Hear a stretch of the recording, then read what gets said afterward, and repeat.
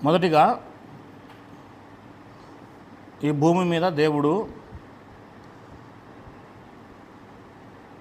ఆదాము మొదలుకొని మోషే వరకు ఒక దగ్గర నివసించడానికి ఆయన ఏ స్థలాన్ని కూడా కోరుకోనట్టుగా మనం చూసాం. ఆదాము మొదలుకొని మోషే దాకా ఎక్కడ పడితే ఎక్కడ బలులు అర్పించటం, ఎవరు పడితే వారు ఆయన ఆరాధించటం అందరికీ వర్తిస్తూ వస్తున్నట్టుగా మనం చూస్తూ ఉన్నాం. ఇకపోతే మోషే కాలం వచ్చినప్పటికీ దేవుడు నాకు ఒక మందిరాన్ని మీరు నిర్మించాలి, నేను మీ మధ్య ఉంటాను అని దేవుడు చెప్పడం జరిగింది. అవునండి. మనం నిర్గమాకాండం 25వ అధ్యాయము 8వ వచనంలో చూసాం. అప్పుడు అక్కడున్న ప్రజలు, ఐగుప్తులో నుంచి బయలుదేరి వచ్చిన ప్రజలు 20 లక్షల మంది దాకా ఉన్నవారు ఒక మందిరాన్ని నిర్మించటం చూసాం. ఆ మందిరము 2వ సంవత్సరంలోనే అది ఏమైపోయింది, వాళ్ళు బయలుదేరి వచ్చిన 2వ సంవత్సరము 14వ దినానికి అది పూర్తిగా మందిరం కట్టబడినట్టుగా చూసాం. ఆ మందిరము గుడార సంబంధమైన మందిరం అని చూసాం. ఏ మందిరం అమ్మా? అది గుడార సంబంధమైన మందిరము. వెళుతూ ఉండగా ఆ మందిరాన్ని నడిపిస్తూ ఆ మందిరము కనాను దేశానికి వెళ్ళేదాకా కనాను దేశంలో కూడా ఉన్నది అని చూసాం. కనాను దేశంలో ఆ మందిరము దావీదు కాలం వరకు, సొలొమోను కాలం వరకు ఉన్నది. ఎంతవరకు ఉన్నది? సొలొమోను కాలం వరకు ఉన్నది. సొలొమోను గారు మరి ఏం చేశారు? సొలొమోను గారు ఆ మందిరాన్ని రాళ్లతో కట్టించాడు, బంగారు మందిరం కట్టించాడు అని చూసాం. ఆ బంగారు మందిరం కట్టిన తర్వాత ఈ యొక్క దేవాలయంలో ఏ అయితే గుడారం ఉందో, మోషే ద్వారా కట్టించిన గుడారము, అందులో ఉన్న సామాగ్రి అంతటిని రాతి సంబంధమైన మందిరంలోనికి షిఫ్ట్ చేయడం జరిగింది. ఓకేనా? ఇక గుడార సంబంధమైన మందిరాన్ని తీసేశారు. అది లేదు. ఇప్పుడు సొలొమోను గారు కట్టిన మందిరం చూసాం. ఇక సొలొమోను గారు కట్టించిన మందిరం కూడా కొంతకాలం మాత్రమే ఉన్నది. ఆ తర్వాత వారు పాపం చేయడం మొదలుపెట్టినప్పుడు, దేవునికి వ్యతిరేకంగా జీవించడం మొదలుపెట్టినప్పుడు దేవుడు ఏం చేశాడు? బబులోను సామ్రాజ్యానికి యూదులను అప్పగించి ఆ మందిరాన్ని కూడా తీసి తొలగించేశాడు, పడగొట్టేశాడు. ఆ మందిరం కూడా పడిపోయింది.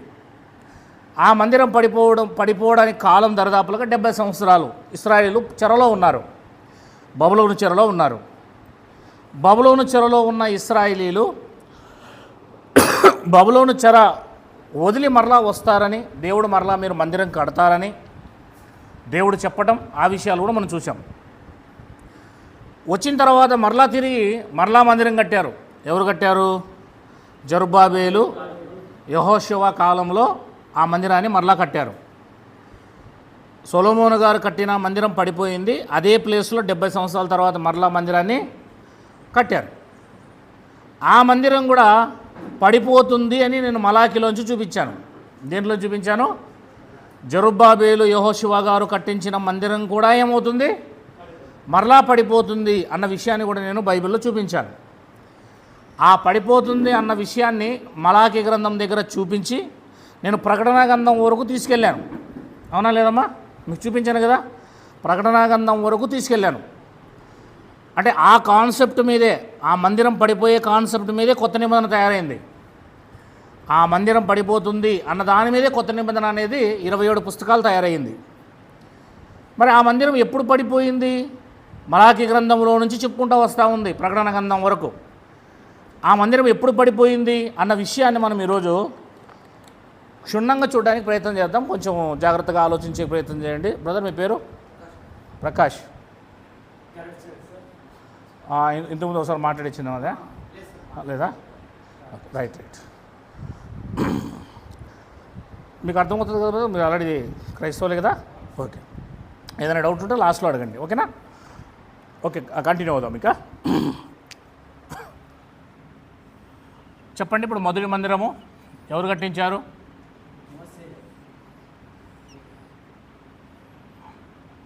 ఎవరండి? మోషే.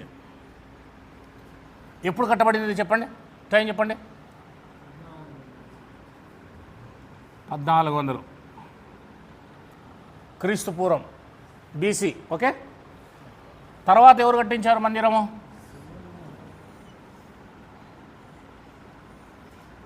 జస్ట్ మరొకసారి మీకు జ్ఞాపకం చేసుకోవడానికి,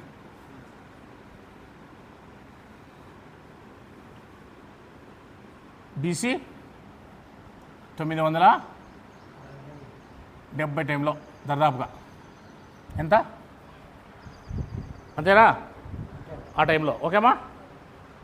ఇప్పుడు ఈ మందిరంలో ఆల్రెడీ మోషే కట్టించిన మందిరం కదా, ఈ మందిరంలో ఆల్రెడీ ఏముంటాయి? పరికరాలన్నీ ఉన్నాయి కదా. దీపవృక్షము, బలిపీఠము, గంగాలము, సమకూపు రొట్టెల బల్ల, ధూపవేటిక, మందసము అన్నీ ఉన్నాయి కదా. ఇది గుడార సంబంధమైన మందిరం. ఇది గుడారము. ఇది చెల్లించే మందిరం. అంటే దీని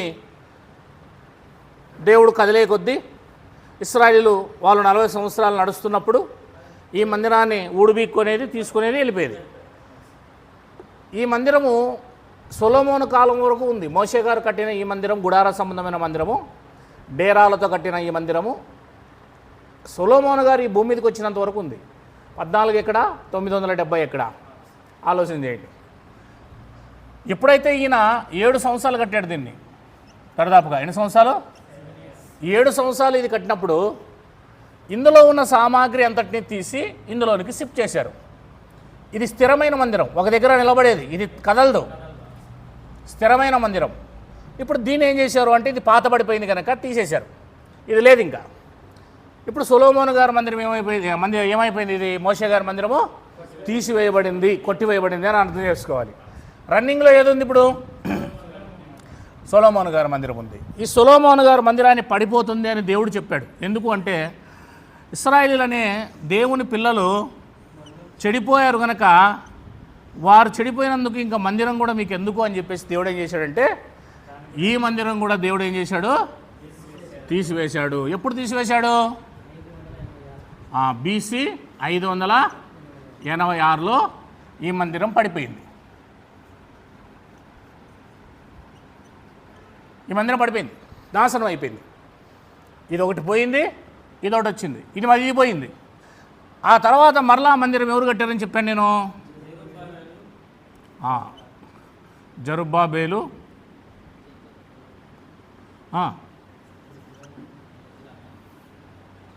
యెహోషువ. వీళ్ళు ఎప్పుడు కట్టారు? BC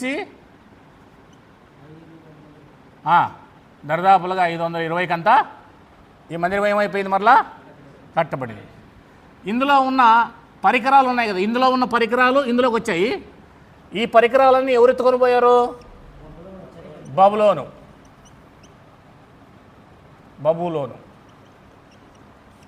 మరలా వీళ్ళు ఇశ్రాయేలీయులు బబులోను నుంచి వెనక్కి వచ్చిన తర్వాత, ఆ బబులోను సామ్రాజ్యం తర్వాత మాదియా పారసీక సామ్రాజ్యం వస్తుంది. వారు బబులోను సామ్రాజ్యానికి తీసుకుపోయిన ఆ పరికరాలన్నీ కూడా, మందిర పరికరాలన్నీ కూడా తిరిగి ఇశ్రాయేలీయులకు ఇచ్చేస్తారు, యూదులకు ఇచ్చేస్తారు. తీసుకెళ్ళిపోండి, మీ దేవుడు గొప్ప దేవుడు, మీరు మందిరం కూడా కట్టుకోండి, మీరు మందిరం కట్టుకుంటే మేము సపోర్ట్ చేస్తామని చెప్పేసి పారసీకుల రాజులు, మాదియా రాజులు, కోరేషు అనే రాజు, ఆయన ఇంగ్లీష్లో సైరస్ అంటారు, ఆ రాజు అనుమతి ద్వారా, ఇంకా అనేక రాజుల అనుమతిని మీకు చూపించాను, అవన్నీ మీకు చూపించిన నేను జస్ట్ టూకీగా మరలా మనము చూస్తున్నాం. ఒక నెల తర్వాత కలుస్తున్నాం మరలా మనం కదమ్మా, కనుక అంత మర్చిపోయి ఉంటారు. అందుకే మరలా ఒకసారి మిమ్మల్ని మోటివేట్ చేస్తున్నాను.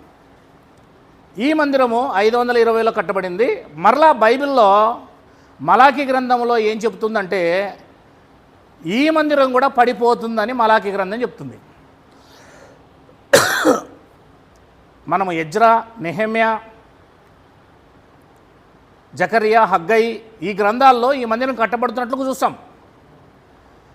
కానీ మలాకీ గ్రంథం అనేది బైబిల్కి అంత్యగ్రంథం, పాత నిబంధనకి అంత్యగ్రంథం. ఆ మలాకీ గ్రంథం పాత నిబంధనకి అంత్యగ్రంథం ఏం చెప్తుందంటే మలాకీ గారు రాసేటప్పటికి ఈ మందిరం కట్టబడింది. మలాకీ గారు ఏం చెప్తున్నారంటే ఈ మందిరం కూడా పడిపోతుంది. ఏమవుతుంది? BC 520లో 1, 2, 3 ఇది 3వ మందిరం. ఈ మందిరం కూడా మరలా పడిపోతుంది అని మలాకి గారు చెప్పి గ్రంథం ముగించబడింది. 4వ అధ్యాయం 1 నుంచి మీరు 6 వచనాల వరకు లేదా 5 వచనాల వరకు చూసుకోవచ్చు. అవన్నీ కూడా ఆ మాటలు అవే. ఈ మందిరం పడిపోతుంది అన్న విషయాన్నే చెబుతా వస్తూ ఉంటాడు. అంతటితో పాత నిబంధన సమాప్తం. ఈ మందిరం పడిపోతుంది అన్న మాటతో ఈ పాత నిబంధన సమాప్తం అవుతుంది. ఇక క్రీస్తు గారు వస్తారు. క్రీస్తు వస్తారు. యోహాను బాప్తిసం ఇచ్చి యోహాను వస్తాడు. అపోస్తలులు వస్తారు.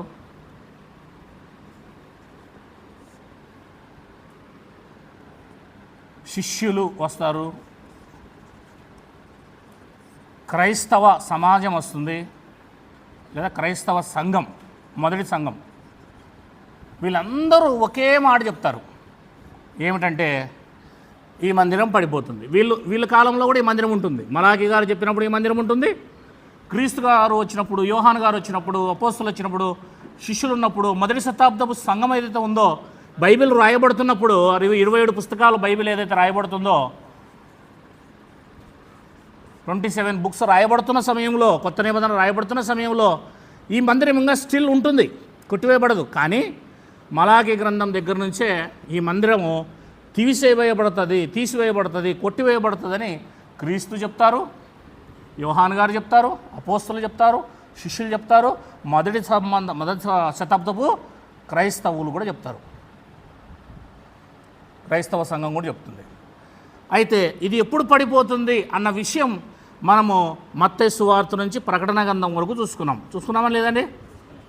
కొత్త నిబంధన గ్రంథంలో మత్తయి సువార్త నుంచి ప్రకటన వరకు టోటల్ రెఫరెన్సులు చూసుకున్నాం. చాలా రెఫరెన్సులు ఉన్నాయి, అవన్నీ చూసుకున్నాం.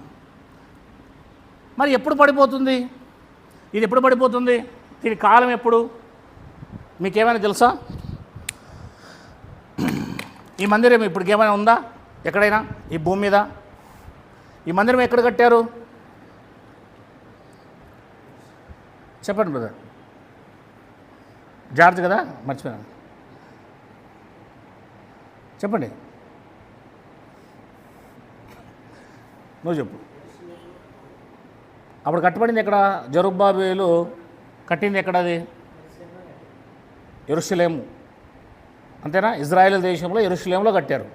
వాళ్ళు యూదులు కనుక యూదుల దేశంలోనే కట్టుకుంటారు. రామ మందిరం ఎక్కడ కట్టబడింది ఇప్పుడు? అయోధ్యలో కట్టబడింది. పురోకొండలో ఏం కట్టబడలేదు, అవునా లేదా? యెరూషలేములో ఇజ్రాయేల్ దేశంలో, ఇస్రాయేల్ యొక్క దేశంలో ఇజ్రాయేల్ దేవాలయము కట్టుకుంటారు, అంతే. వాళ్ళ దేశంలో వాళ్ళు కట్టుకుంటారు. ఇప్పుడుందా? మరి లేదు అంటే అది ఏమై ఉండాలా? ఎప్పుడు పడిపోయింది? అది తెలుసుకోవాలి.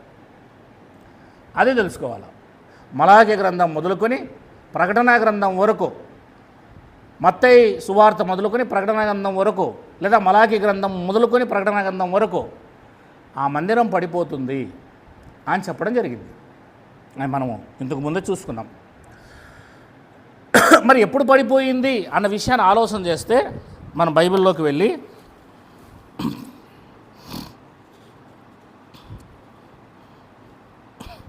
పడిపోతుంది అన్న విషయాలు మీరు మర్చిపోయి ఉంటారు కనుక ఒక 2 లేదా 3 రెఫరెన్సులు మళ్ళీ ఒక్కసారి చూపిస్తాను. మత్తయి సువార్త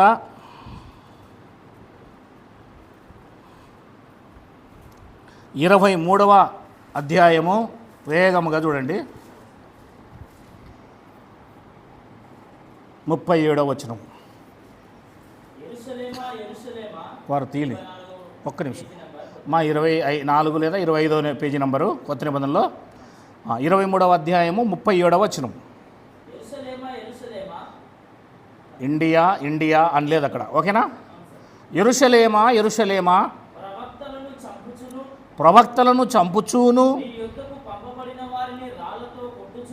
నీ యొద్దకు పంపబడిన వారిని రాళ్లతో కొట్టుచూను ఉండుదానా?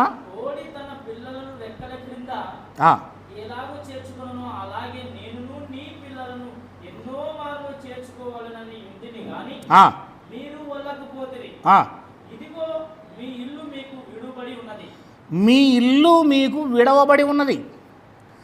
మీ ఇల్లు మీకు విడవబడి ఉన్నది. మీ ఇల్లు అన్నాడు చూడండి అక్కడ. ఇల్లు, ఇల్లు అంటే అర్థం ఏంటి? దేవాలయం. ఇల్లు అంటే దేవాలయం. ఇల్లు అంటే ఏంటమ్మా? వారికి ఇల్లు అంటే దేవాలయం. వారికి ఇల్లు ఏదంటే దేవాలయాన్ని ఇల్లు అని అంటారు. బైబిల్ అదే చెప్తుంది. ఇల్లు అనగా వారికి దేవాలయం. అంటే ఇల్లు విడవబడి ఉన్నది అన్నమాట మనం చూస్తూ ఉన్నాం ఇక్కడ. మీ ఇల్లు మీకు విడవబడి ఉన్నది అంటే దేవాలయము పడిపోతుంది అని అర్థం. 24వ వచనం, 24వ అధ్యాయం మొదటి వచనం చూడండి. ఎక్కడ చెప్పాడు? అది దేవాలయములో ఉండి చెప్పాడు. అందుకే మీ ఇల్లు అన్నాడు దాన్ని. దేవాలయంలో ఉన్నాడు కనుక దేవాలయంలో ఉన్నప్పుడు ఇది మీ ఇల్లు, ఇది మీ ఇల్లు అన్నాడు ఆయన. ఇప్పుడు బయటకు వచ్చేసాడు. దేవాలయంలో చెప్పిన తర్వాత బయటికి వెళ్ళిపోయాడు, శిష్యులతో పాటు బయటికి వెళ్ళిపోయాడు.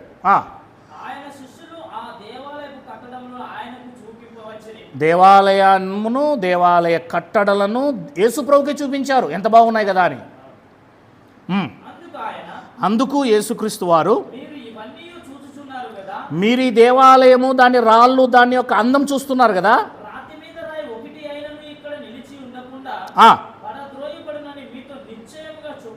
ఇప్పుడు యేసుక్రీస్తు వారు మరలా ఏం చెప్తున్నారు శిష్యులతో? దేవాలయంలో ఉన్నప్పుడు ఇశ్రాయేలీలతో మాట్లాడాడు. బయటకు వచ్చిన తర్వాత శిష్యులతో ఏమని చెప్తున్నాడు? మీ ఇల్లు మీకు ఇవ్వబడింది అన్నప్పుడు శిష్యులు కూడా ఉన్నారు, కానీ వాళ్ళకి అర్థం కాలేదు లోపల ఉన్నప్పుడు. బయటకు వచ్చిన తర్వాత మరలా దేవాలయం యొక్క అందాన్ని, రాళ్లను, ఆ యొక్క గొప్పతనాన్ని వారు చూపిస్తూ యేసుక్రీస్తుకి ఇది ఎంత గొప్పదో కదా, ఎంత గొప్పగా కట్టబడింది కదా, ఎంత గొప్పగా కట్టారు కదా దీన్ని అని అన్నప్పుడు మీకు లోపల చెప్పింది అర్థం కాలేదు కదా. మరలా అడుగుతున్నారు నన్ను. ఏం చెప్పాను లోపల నేను? మీ ఇల్లు మీకు విడవబడింది అని అన్నాను. అంటే రాతి మీద రాయి లేకోకుండా ఈ దేవాలయం పడిపోతుంది అని చెప్పాడు యేసుక్రీస్తు వారు శిష్యులతో. ఇప్పుడు స్పష్టంగా ఆ రెండవ స్విచ్ ఆఫ్ చేయండి, ప్రొజెక్టర్ అది రెండవది. రైట్, అది చెప్పండి. దేవాలయం పడిపోతుందని యేసుక్రీస్తు వారు రాతి మీద రాయి లేకోకుండా ఈ దేవాలయం పడిపోతుందని యేసుక్రీస్తు వారు ఈ భూమి మీద ఉన్నప్పుడు చెప్పారు. ఏ దేవాలయం? జెరుబ్బాబేలు, యెహోషువ కట్టిన దేవాలయం, సొలొమోను కట్టింది కాదు. యేసుక్రీస్తు వారు స్వయంగా చెప్తున్నారు. ఇంకా లూకా సువార్త 19వ అధ్యాయము 41వ వచనం. 19 లూకా సువార్త 72వ పేజీ నంబర్ 41వ వచనం. 19లో యేసుక్రీస్తు పట్టణానికి సమీపించినప్పుడు ఆ పట్టణమును చూచి, ఎందుకంటే పట్టణం విషయమే ఏడ్చాడు, పట్టణం విషయమే ఏడ్చాడని చూడండి. ఆయన ఏడ్చి, నీవును ఈ నీ దినమందైనను సమాధాన సంబంధమైన సంగతులను తెలుసుకొని ఎడల నీకెంతో మేలు అని మరుగు చేయబడి ఉన్నవి. ప్రభు అంటే ఎవరు? యేసుక్రీస్తు వారు. నేను అని ఆయన చెప్తున్నాడు. ఏదంటే నేను అని అర్థం. తనే కదా చెప్తున్నాడు. అంటే నేను క్రీస్తు అనే, నేను క్రీస్తు అనే ప్రభువై ఉన్న నేను నిన్ను దర్శించాను, నీ దేశానికి వచ్చాను, భూమి మీద దిగొచ్చాను. నీవు తెలుసుకోలేదు నన్ను గనుక నీ శత్రువులు నీ చుట్టూ గట్టు కట్టి ముట్టడి వేసి అన్ని ప్రక్కల నిన్ను అరికట్టి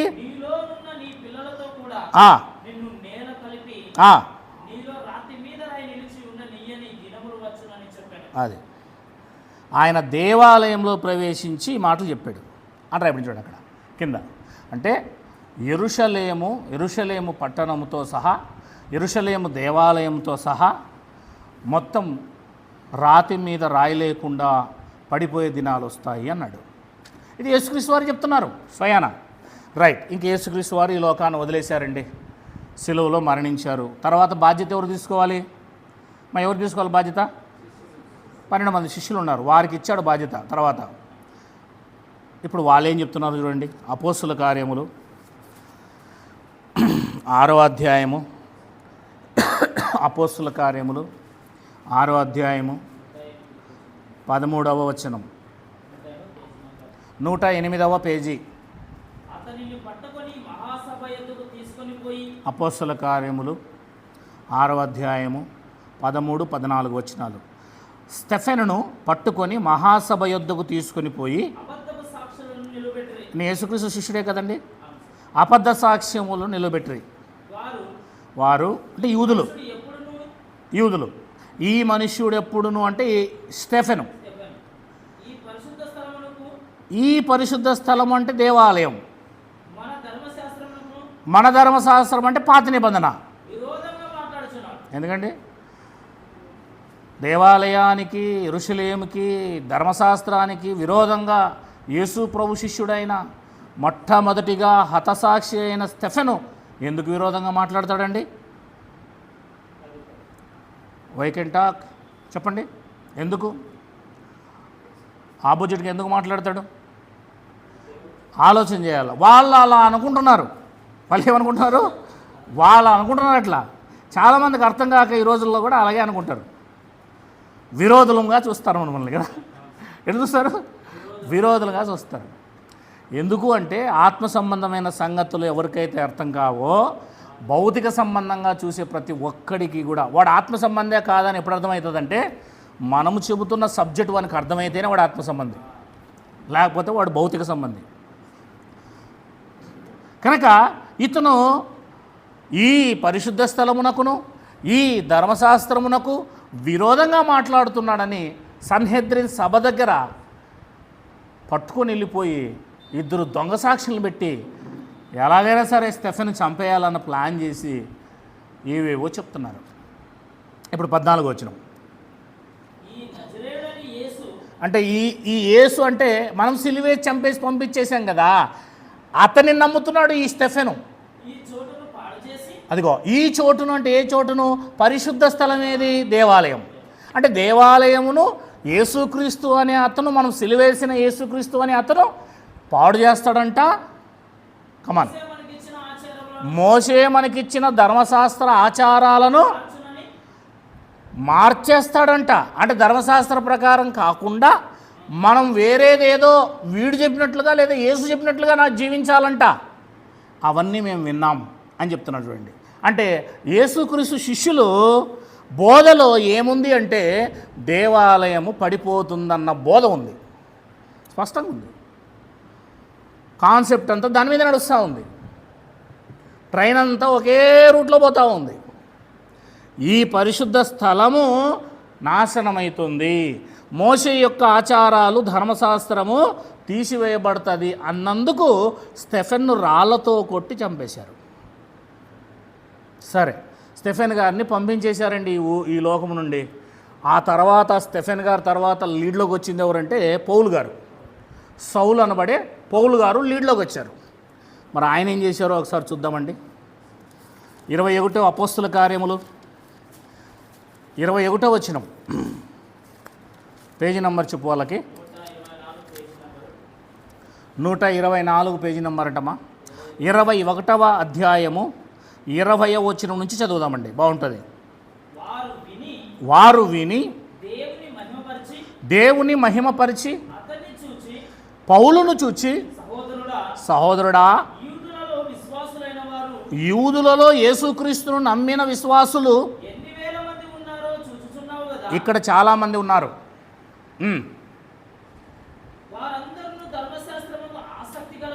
వారందరూ ధర్మశాస్త్రమందు ఆసక్తి గలవారు.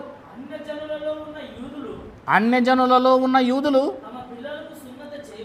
తమ పిల్లలకు సున్నతి చేయకూడదనియు, అంటే ధర్మశాస్త్రాచారం చొప్పున నడవకూడదనియు,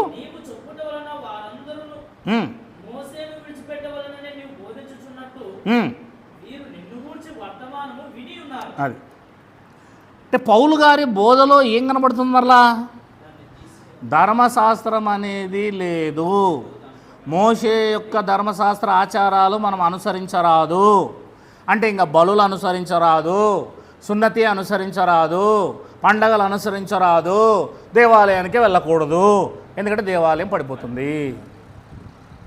అల్టిమేట్ బోధ అది. పౌలు గారు కూడా అదే చెప్తున్నారు. మోషే యొక్క ఆచారాలు మనం చేసుకోకూడదు, సున్నతి పొందుకోకూడదు. మోషే గారిది సున్నతి పొందుకోమని చెప్తుంది ఆచారం. కానీ పౌలు గారు ఏమంటున్నారు? సున్నతి లేదు, సున్నతి లేదు అని చెప్తున్నాడు. ధర్మశాస్త్రం ఆచరించరాదు, మోషేని మనం వదిలేయాలి. ఎందుకంటే మోషే చెప్పాడు, నా తర్వాత నా వంటి ఒక ప్రవక్త వస్తాడు, నన్ను వదిలేసి ఆయన చెప్పినట్టు జీవించండి. నాది పాత నిబంధన, ఆయనది క్రొత్త నిబంధన, ఆ క్రొత్త నిబంధనను అనుసరించి జీవించండి అని మోషే చెప్పాడు. కనుక మోషే చెప్పిన ప్రవక్త యేసుక్రీస్తు వారు కనుక ఆ యేసుక్రీస్తు వారు వచ్చారు, సిలువ వేయబడ్డారు, పునరుద్ధానుడై చనిపోయి తిరిగి లేచి పరలోకమందు దేవుని కుడి పార్శ్వమున ఆసీనుడై ఉన్నాడు. కనుక ఇప్పుడు మనము ఇంకా క్రీస్తునే అనుసరించాలి, క్రొత్త నిబంధనని అనుసరించాలి. పాత నిబంధన తీసివేయబడుతుంది, మోషే ఆచారాలు తీసివేయబడతాయి, దేవాలయం తీసివేయబడుతుందని ఈయన కూడా చెప్తున్నాడు. మరి ఇంకా మనం ముందు కొనసాగితే చివరికి ప్రకటన గ్రంథానికి వెళ్ళి యేసుక్రీస్తు శిష్యుల్లో ఒకడైన యోహాను గారి దగ్గరికి వెళ్దాం. యేసుక్రీస్తు శిష్యుల్లో ఒకడైన యోహాను గారి దగ్గరికి వెళ్దాం. ప్రకటన గ్రంథం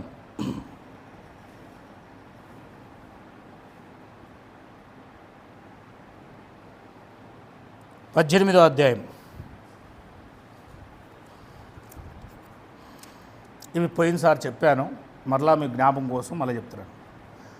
2వ వచనం చదవండి. 18వ అధ్యాయం 2వ వచనం. ఇది అంతిమ గ్రంథం, క్రొత్త నిబంధనలో ఇది అంతిమ గ్రంథం. 238వ పేజీ.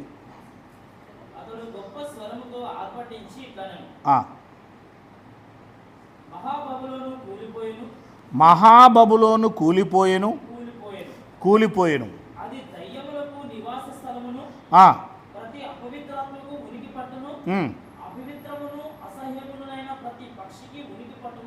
అది ఇక్కడ ఏమంటున్నాడు? మహాబబులోను కూలిపోయెను అని అంటున్నాడు.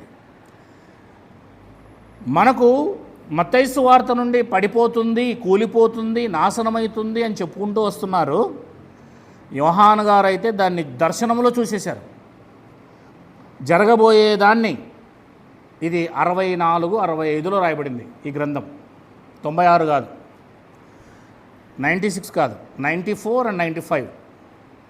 అంటే దేవాలయం పడిపోయే కాలానికి వెళ్ళి దర్శనంలో చూస్తున్నాడు. దర్శనం, ఫర్ ఎగ్జాంపుల్గా దానియేలు గారికి దర్శనం కలిగింది. బంగారు తల, భుజాలు వెండి, ఉదరం ఇత్తడి, కాళ్ళు కిందకు వచ్చేపటికే ఇనుము, పాదాలు మట్టి ఇనుము, చేతి సహాయం లేని ఒక రాయి వచ్చి ఆ ప్రతిమను ఏం చేసింది? కానీ దానియేలు గారు ముందే చూసేశారు, కానీ దానియేలు కాలంలో జరగలేదు అది. అదే ప్రకారంగా ప్రకటన గ్రంథంలో ఉన్న విషయాలు ఇంకా కొన్ని సంవత్సరాల తర్వాత దగ్గరలో జరగబోయే విషయాల్ని యోహాను గారికి దేవుడు ముందే చూపించేశాడు.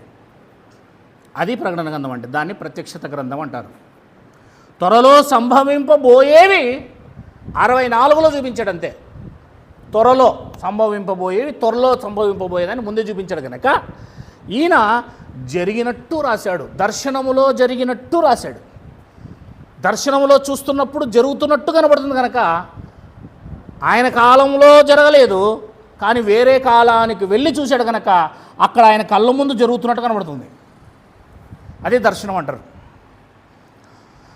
ఇప్పుడు మహాబబులోను కూలిపోయెను అంటే కూలిపోవును కాదు, కూలిపోయెను అంటే తను చూస్తున్నాడు కూలిపోతుంది అంటే కూలిపోయేదాన్ని కూడా చూపించేస్తున్నాడు. ఇంకా కిందికి వచ్చేద్దాం. అదే 18వ అధ్యాయము 8వ వచనం. అందుచేత ఒక్క దినముననే దాని తెగుళ్ళు అనగా మరణమును దుఃఖమును కరువును వచ్చును. దానికి తీర్పు తీర్చుచున్న దేవుడైన ప్రభువు బలిష్ఠుడు గనక అది అగ్నిచేత బొత్తిగా కాల్చి అగ్నిచేత బొత్తిగా కాల్చి వేయబడింది. ఏది? యెరూషలేం. దానికి బబులోన్ అనే పేరు పెట్టాడు. ఎందుకు పేరు పెట్టాడంటే బబులోను ఏ రకంగా పాపం చేసిందో అదే రకంగా ఇది కూడా చేసింది కనుక దాని పేరు పెట్టాడు. అంతే దాని మాదిరే పెట్టాడు అనమాట. అంతే, వేరేం లేదు. అలాంటి పేరు పెట్టాడు. బబులోన్ అనగా విగ్రహాలకు, దయ్యాలకు ఉనికి పట్టు. అందుకే ఆ పేరును వాడాడు.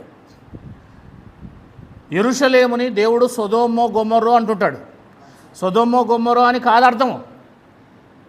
అరే గాడిద అని అంటాడు నా కొడుకుని. నా గాడిద కాదు వాడు. గాడిద శాస్త్రాలు, కోతి శాస్త్రాలు చేస్తున్నాడు కనుక ఆ మాట మనము మాట్లాడతాం. సొదొమ గొమొర్రా అని యెరూషలేముని అంటాడు. కానీ సొదొమ గొమొర్రా యెరూషలేం కాదు. ఎప్పుడో లోతు కాలంలోనే సొదొమ గొమొర్రా ఏమైపోయింది? కాల్చివేయబడింది. ఎందుకు సొదొమ గొమొర్రా అంటున్నాడు అంటే దానికి తగ్గట్టుగా ఏ గతి పడిందో నీకు అదే పడుతుందని అర్థం. రే వాడిని కాల్చినట్లు, ఆ ఎల్లప్ప కానీ కాల్చినట్టు నేను కాలుస్తారా అని, ఆ మారెప్ప కానీ కాల్చినట్టు నేను కాలుస్తారా అంటే అర్థం ఏంటి? వానికి తగినట్టుగా నీకు పడతాయి. సున్నం అయితే జాగ్రత్త. అలాగే సొదొమ గొమొర్రా అని వాడతాడు, మహాబబులోన్ అని వాడతాడు. కానీ అది యెరూషలేము కోసం మాట్లాడుతున్న మాటలు. రండి కిందికి రండి, చదువుదాం. బొత్తిగా కాల్చివేయబడు. 9వ వచనం కూడా చదువు. దానితో వ్యభిచారము చేసి సుఖభోగములను అనుభవించిన భూరాజులు దాని బాధ చూచి భయక్రాంతులై దూరమున నిలబడి దాని దహన ధూపమును చూచినప్పుడు దాని విషయమై రొమ్ము కొట్టుకొనుచు ఏడ్చుచు, అయ్యో అయ్యో బబులోను, మహాపట్టణమా, బలమైన పట్టణమా, ఒక్క గడియలోనే నీకు తీర్పు వచ్చెను కదా అని చెప్పుకుందురు అన్నమాట. రాయబడింది. ఒక్క గడియలోనే నీకు తీర్పు వచ్చింది కదా. 15 ఆ పట్టణము చేత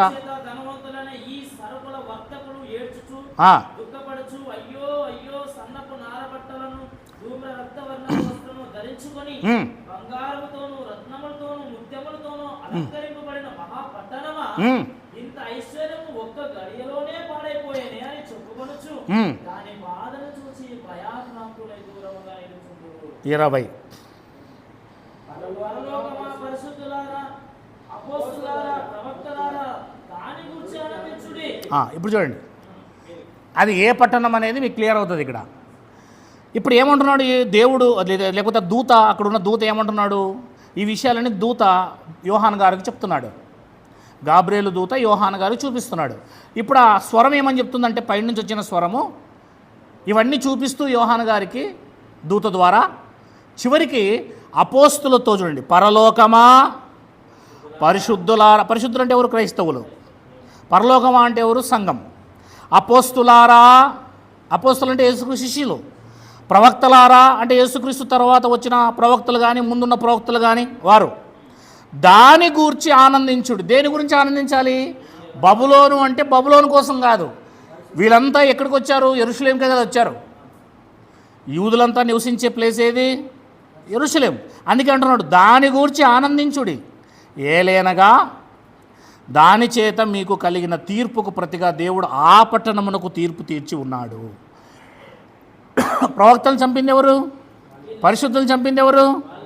అపోస్తులు చంపింది ఎవరు? పరలోకానికి వెళ్ళే నివాసులను చంపింది ఎవరు?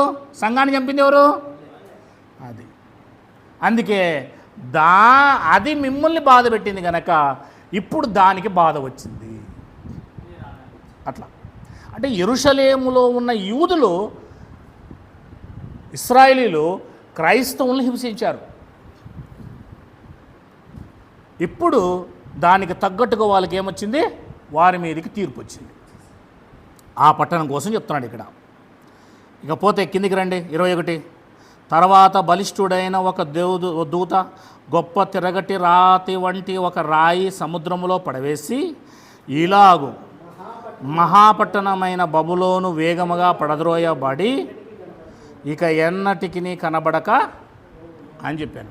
అంటే ఇంకా యెరూషలేము కానీ, యెరూషలేములో దేవాలయం కానీ ఇంకా ఎన్నటికి, ఒక తిరగటి రాయిని తీసుకొని మనం నదిలోకి పడేస్తే, సముద్రంలోకి పడేస్తే అది ఎప్పుడైనా తేలుతుందా?